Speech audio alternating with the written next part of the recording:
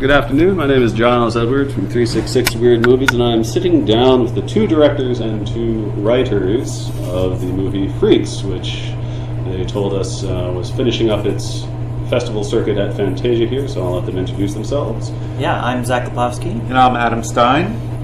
And we both shared those roles. There's not four of us here, just two of us. Yeah. So I guess start with, other than the sort of obvious influence that I imagine people bring up, the various Marvel Universe phenomenon, what was behind the story for this? What prompted you to want to both write and then direct this story? Yeah, it had a whole bunch of different influences. Some from genre and some just from our lives.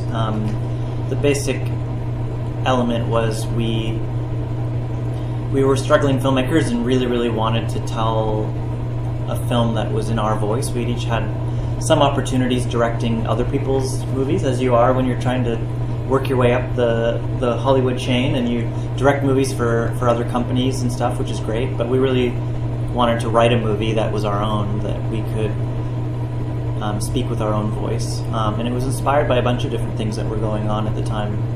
One was sort of Adam's son.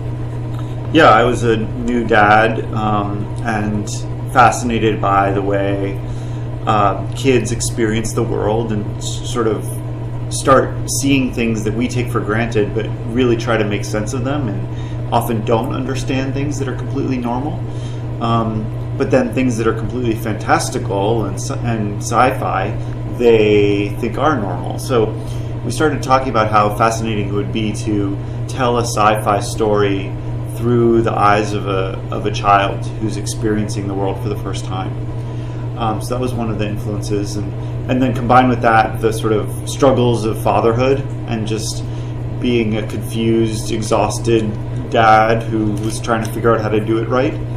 A lot of that sort of emotional quality came into the film. So we watched a lot of movies and were inspired by a lot of movies that were not sci-fi, because we knew we wanted to kind of take that kind of grounded, emotional, sort of indie, almost Sundance vibe, and apply that to a genre sci-fi world. So we watched movies like Room and Beast of the Southern Wild and Florida Project, and then wanted to kind of execute that, but instead of it being real world, although Beast is a little pushed, we wanted to apply it to a sci-fi world, which was really cool because when you know it's sort of a sci-fi world, but you don't know what kind of sci-fi world, you're right in the exact same position as a kid. The kid doesn't know what's real and what isn't. You know, they think dragons are real, and they're scared of car alarms because they don't know what that is, and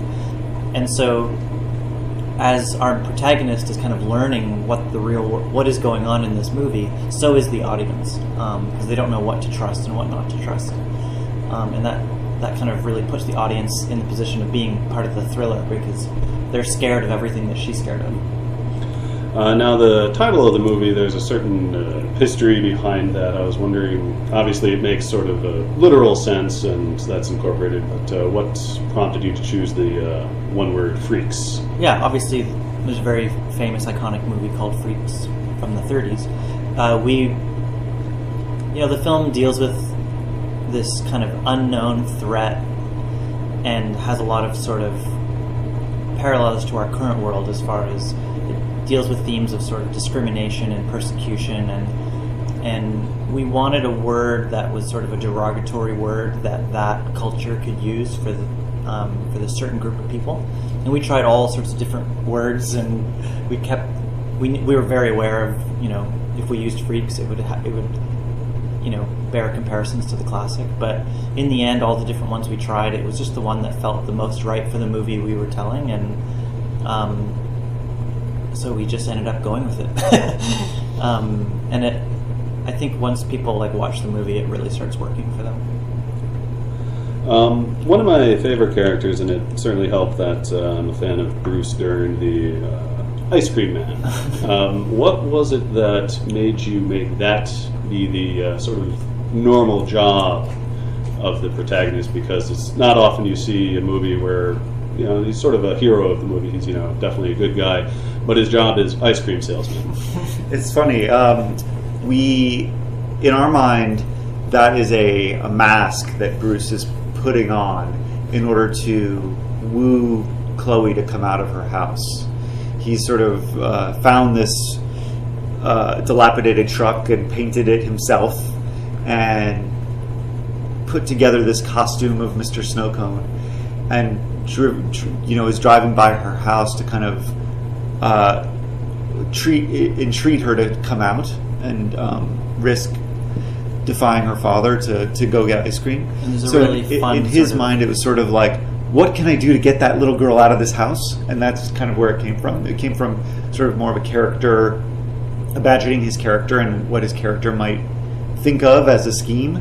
And in the movie, he also later puts on this costume of a priest. Mm-hmm. So we just thought of him as sort of a trickster figure, always coming up with some crazy plan to get what he wants. And it works well because at the beginning of the movie, the dad's saying, if you ever go outside of the house, people will kill you. And you don't know if he's telling the truth or not.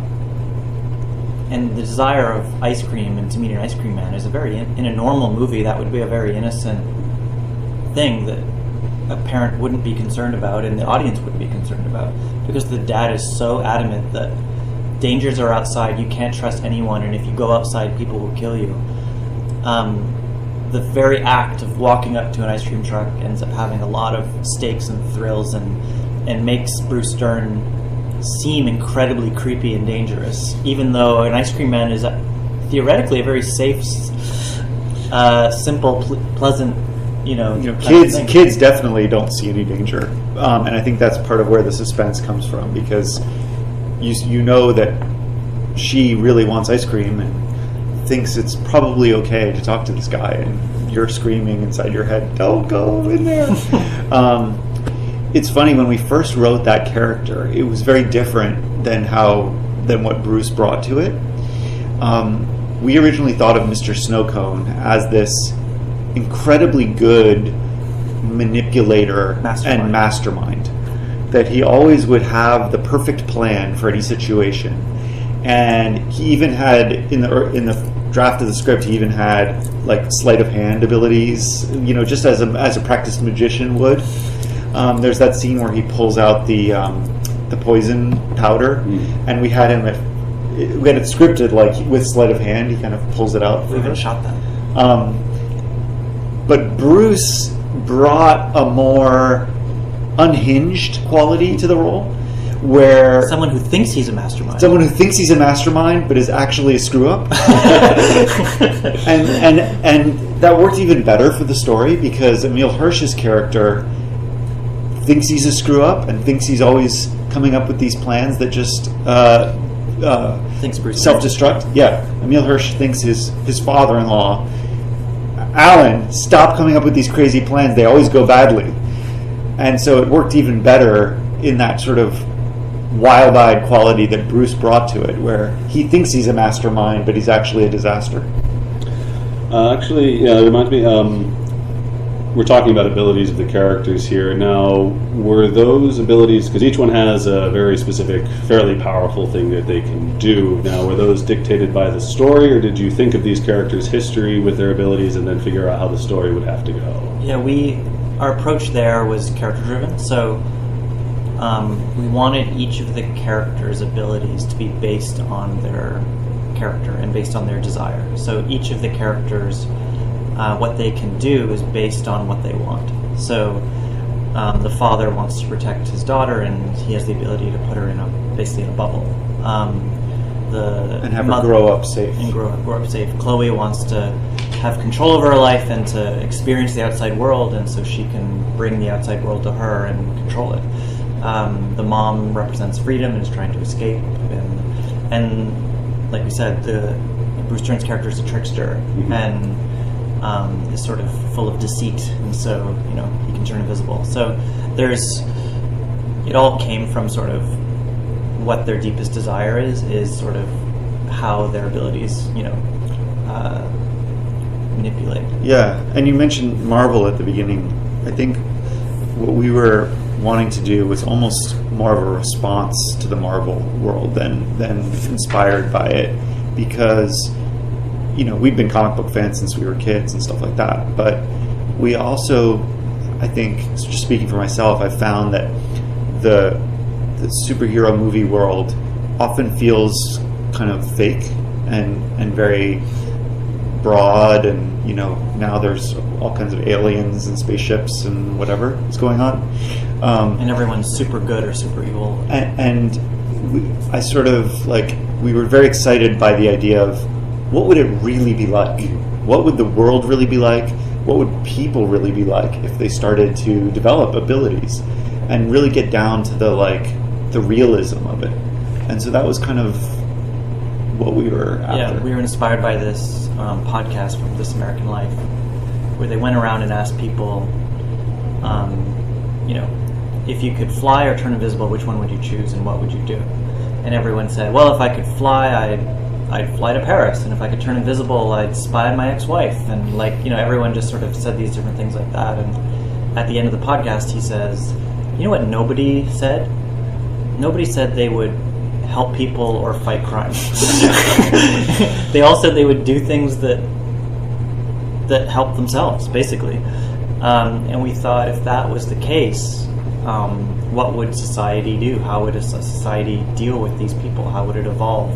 How would it start to condemn those behaviors? And what would they do in response? And it would kind of maybe make sort of a cycle of violence, basically. Yes, I did notice that, and you obviously spend a lot of time developing sympathy for your main characters, as we'd expect from storytellers.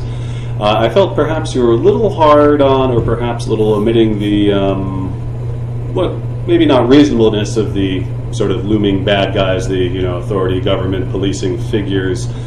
I was curious as to what made you make your choice that they are kind of they don't get an even break, because even the sort of semi-sympathetic kind of children's services character obviously has an agenda that we're sort of hardwired emotionally. It's oh, you shouldn't do that. So there isn't really, we see that, they're powerful, but come on, they're great. They're nice. They just want to, live their lives, except you advise us to remember Dallas and the destruction there. So there's just a slight hint of why it's going on. I was wondering what made you choose to kind of keep that very much in the periphery? It really came from that decision to tell the story from Chloe's perspective and really keep it from that point of view.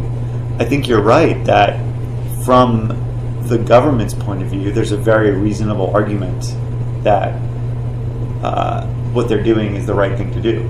And that's another thing we were very interested in, is not have everyone be all good or all bad, not have anyone be all good or all bad, but have everyone be in the murky gray, where yes, even Chloe, who you root for the whole time, by the end maybe you're a little worried about what you've been rooting for. And with Grace Park's character, who plays the lead agent, from her perspective, and it's a valid argument, she's wanting to take a kid under her wing and raise her in a certain way, basically to become the world's first superhero. Because there are no heroes in this world. There's nobody who's fighting for order and all that stuff. Yeah, because they all have to make bad choices in order to survive, so it turns them into people that aren't benefiting society. And she thinks, if I could find one young enough, maybe I could raise them to be good, which is a noble cause. Obviously, as the audience, you're going, you monster, how dare you try and take this kid away from her father. But we tried to give all sides sort of a reasonable perspective.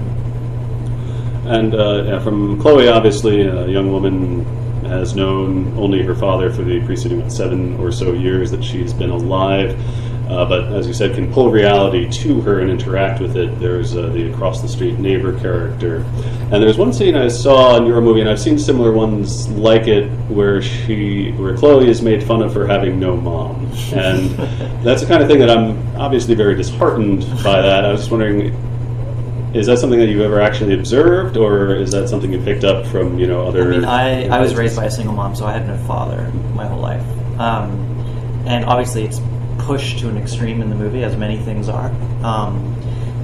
And it was really, that scene is a really important turning point for her, where her goal all along is to be accepted by normal people, and all she wants is to have normal friends.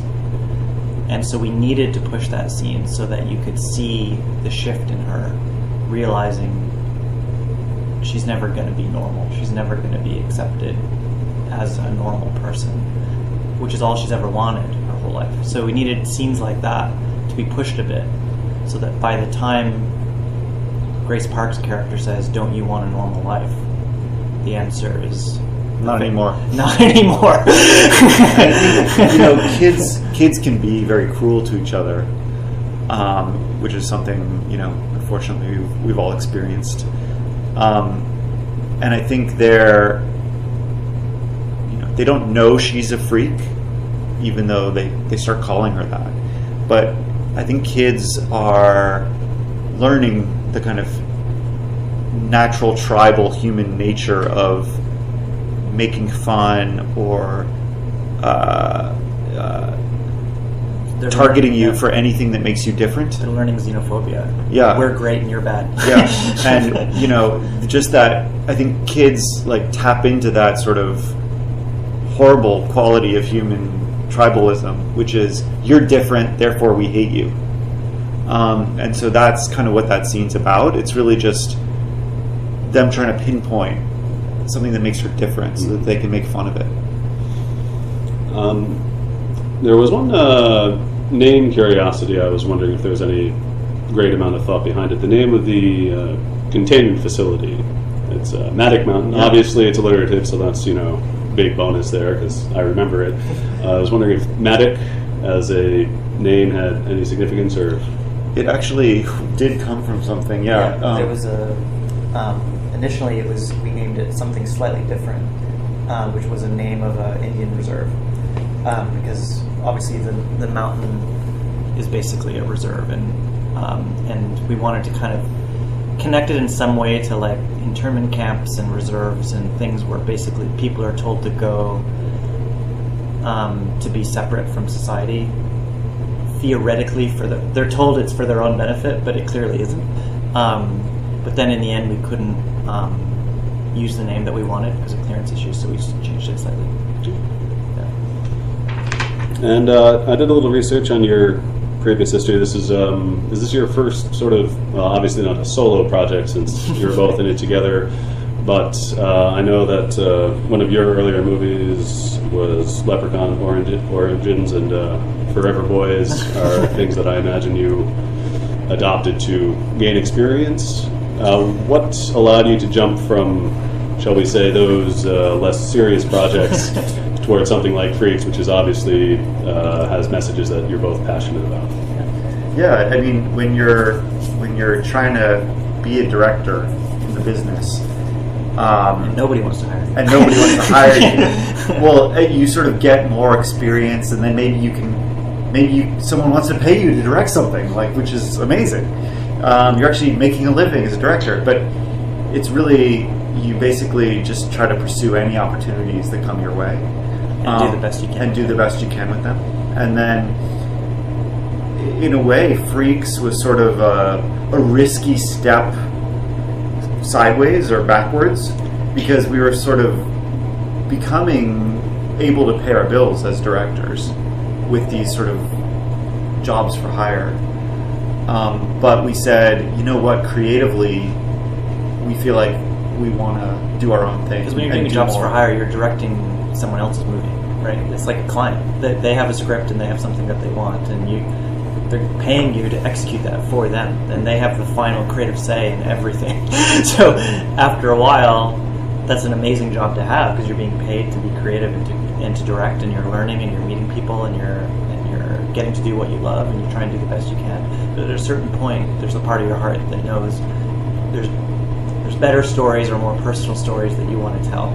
And so this film really represented that. And we basically said, okay, you know what, we're not going to make any money for the next year or more as we try to do this very, very no-budget project. We put a whole bunch of money into it. Yeah, put our own savings into it to make it because we really wanted to do something that was more personal and more creative. And we could have, lost all our money and gone hungry. So it was sort of like it's weird that the trying to be a director or writer is incredibly difficult, obviously. But maybe this looks like a step up, but in a way it was sort of like this risky step into the abyss. Put all your chips on the table. Mm-hmm. Luckily, it's helped now with the success of the film, and it's been really well reviewed, and it's getting a theatrical release, and it's really helped people see what our voice is. Now, a lot of the directing for hire work type stuff that we're looking at doing, we have a much bigger creative stake in it, and we're able to choose projects that were a lot more stuff that we would love to choose to do, rather than taking the jobs you can get. Do you plan on working together more in the future? Yeah. We just finished another movie that came out a few months ago for Disney that was based on a really popular cartoon, and we're working on some really great movies now with other people. Great. And you mentioned theatrical release around. I'm from the U.S. Around what time? The date was just targeted for September 13th. Friday the 13th. Ooh, Yeah. auspicious. Yeah. And It should be. It's like 100 screens, so it should be in pretty much every major city. Yeah. And I got one question that I like to wrap up with. If you could each say what your hometown is and recommend a favorite restaurant. Nice. Okay, I like it. Well, I'm from Vancouver in Canada, which is where we shot the movie. And favorite restaurant? That's a great question. I think there's a few good ones, but there's one I've been going to because it's across the street from my house recently, and I recently been trying to become a vegetarian, and it's all a vegetarian place, but all the food is super good and super, it's like comfort food, but all happens to... Just say the name of the restaurant. It's called Meat, but it's spelled MEET. Oh, and it's pretty great ambiance, not too expensive, huge portions. Anyone who loves actual meat would probably still love all the food there. It's very, it's not sort of a egotistical vegetarian place. It's like a comfort food kind of place, but everything's plant-based. Yeah, I'm originally from Miami, Florida, and I very much miss Cuban food from growing up in Miami. And the sort of mecca of Cuban food in Miami is called Versailles.